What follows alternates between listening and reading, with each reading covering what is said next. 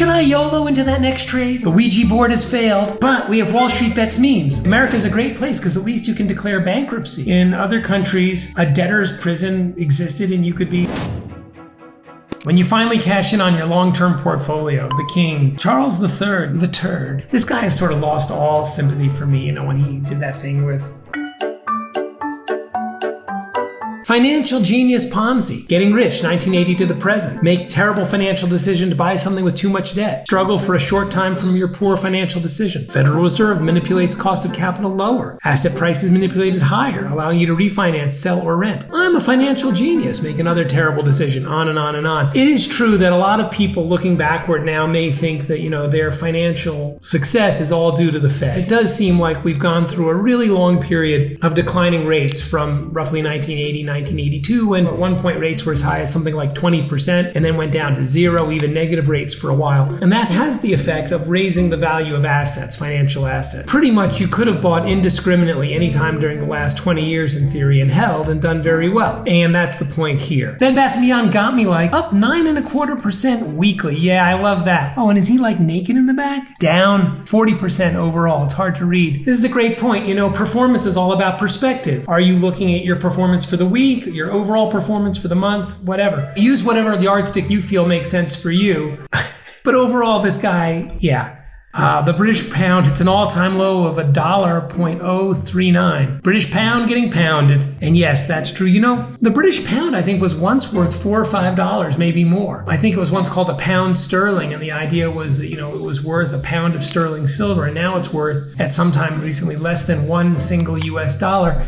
And I guess it's sort of a representation of the fall of Britain at one point being a global power, 120, 150 years ago, to now this sort of small nation off the coast of Europe. The new British government is rolling out the sort of Reaganomics of the 1980s, cutting taxes on the rich in the hope that somehow this is going to make their economy work. And no one believes them anymore, and it just seems really pathetic. And it's kind of sad because Britain's a great place. Buy now or be priced out forever. The world right now, on fire. Realtors, anyone want to buy a house? Yeah. This goes back to that old saying, if all you've got is a hammer, everything looks like a nail. Realtors are just in the business of selling houses. They really are just salesmen. They're not housing analysts. It certainly does appear that with rising rates, housing values have been going down. It's a very unstable time. And yet, if you're a realtor, the only business model you have is selling houses. So you need to find housing buyers. And that means you need to talk like it's a great time to buy a house. Now, the double twist on this, if you will, is that when everyone thinks it's a bad time to buy a house, it probably is a good time to buy a house, because that's when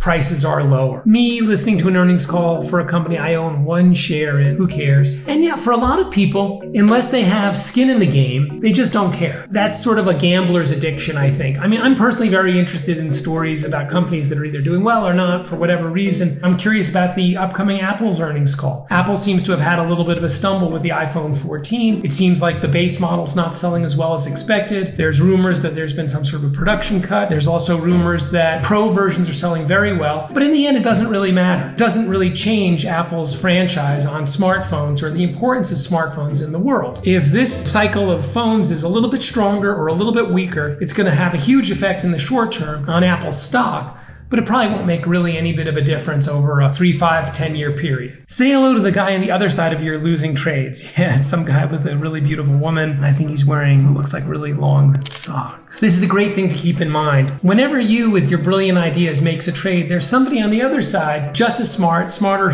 less smart, who knows, thinking the opposite. Again, that's why trading is a zero-sum game at best, and it's a negative-sum game after costs. Netflix is releasing a docuseries about this Eat the Rich, the GameStop saga. This is going to be interesting. I can't wait to see it. Community of amateur traders enacts a daring plan to get rich quick and wreak havoc on the stock market. But can they beat Wall Street at its own game? My expectations for this have just plummeted. So my understanding of the GameStop saga is that the Roaring Kitty guy saw a deep value stock trading below what he thought was fair value, and he thought it might go from, say, 5 to 10, maybe a little bit higher. That would have been a great trade for him.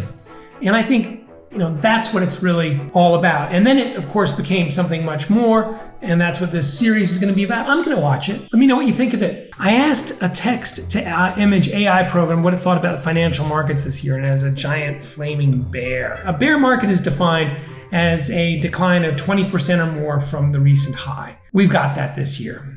It's fine. This is fine. WallStreetBets. It's my life savings. My life savings is now a Wendy's cap. Ha ha. You YOLO'd your entire nest egg into a Wendy's cap. Congratulations. And, good for you. I mean, at least we can go back to work. You're not going to be thrown in the debtor's prison. When I was a kid, I remember hearing about the Dickensian poorhouses and how, America's a great place because at least you can declare bankruptcy. In other countries, a debtor's prison existed and you could be, flogged. I hope you enjoyed this video. I also did another one on great memes and their timeless wisdom. It's right here. Bye-bye.